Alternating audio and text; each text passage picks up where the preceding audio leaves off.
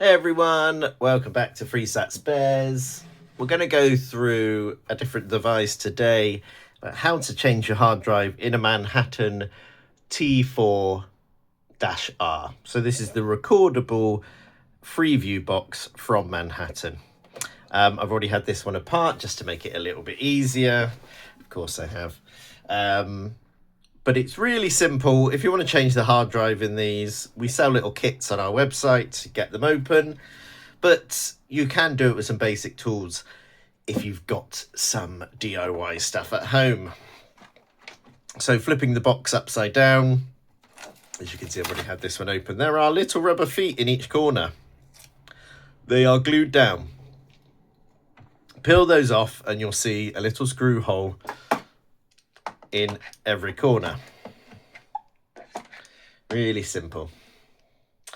Inside those screw holes are just standard Phillips screws, tiny little Phillips screws. So this is a T4-R 500 we've got in here.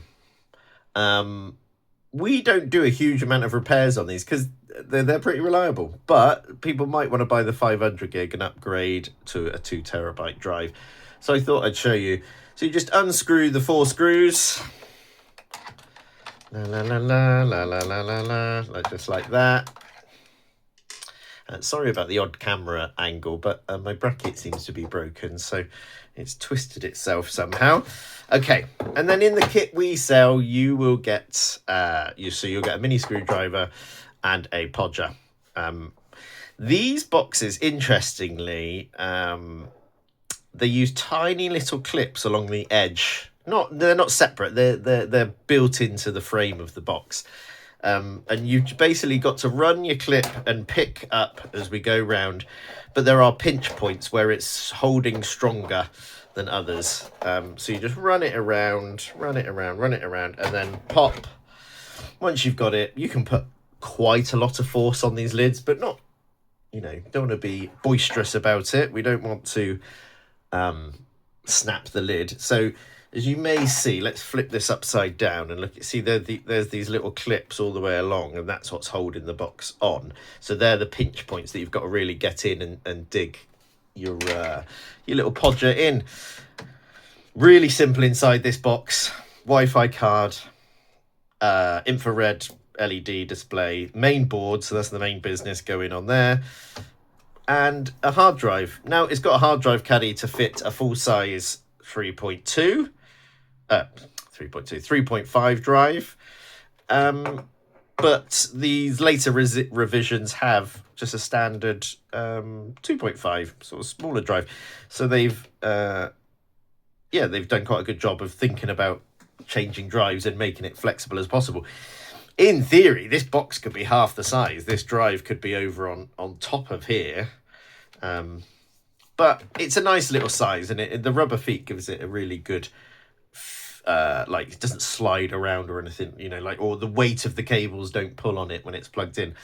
So once you get it open, there are 6 screws like this that hold this bracket in, all on rubber mounts. Ooh. So that's one of them there. It's there, and there. All you need to do is spin those out, and then the frame comes loose. I would say the one thing that's a bit of an annoyance, you can't quickly, so obviously as an engineer who works on these things, you can't quickly whip this cable off to plug another drive in temporarily. You've got to take this whole frame out because this plug is butted up against the frame of the box. So don't try and take it out. You've got to take the frame out and then pull the cable out, and you will see some screws on the bottom of the plate.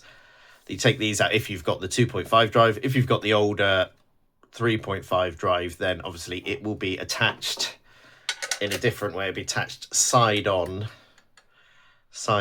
here. All right. Either one you've got, fairly easy to take out. Just take out a few screws. I'd say too many screws, but I guess, these screws are mounted on these little rubber discs, which does give it a bit of vibration protection. So what I'm going to try and do today is, this drive came with a 500 2.5. I am going to plug in a 3.51 gig, and then we're going to see what needs doing. So once we've done this, we will have to pop over to my big TV and see if this actually works. But that's it really. If you're just going to change the drive, it's as simple as that. Next, I'll go through the steps of formatting if it's necessary. I generally haven't replaced one of these for a long time, so I can't remember if you've got to put the drive in and then do a format in the menu. Let's flip over to the TV and have a look. Okay, here we are with the box plugged into my TV. Let's get it fully connected. So it's got the replacement hard drive in it. Let's tune the channels, get the Wi-Fi connected and see what it says. So there we go, we got live TV on it now. So let's go and open the menu from the remote. Where's the menu button? Or did we just press the F? Yeah, okay, just press the F for home, scroll up, oh no, scroll down and across to settings. So I'm trying to do this one-handed. Go down to recording, format hard drive, enter your PIN. I've just set mine to 0s. There we are, formatting hard drive. Let's give it a minute and come back once it's done. There we go, it now says format complete. Sorry about the reflection, so I'll try and angle it that way. It says format complete, that's that bit. So we're just going to do a test recording by hitting record. There we are, it says record series or record episode. Just record the episode. Record in HD or SD. Let's select SD. Let's let it record for 15 minutes and see if it's captured and the drive is working. So here we go. I've part recorded the BBC News. Let's see if it worked. There we go.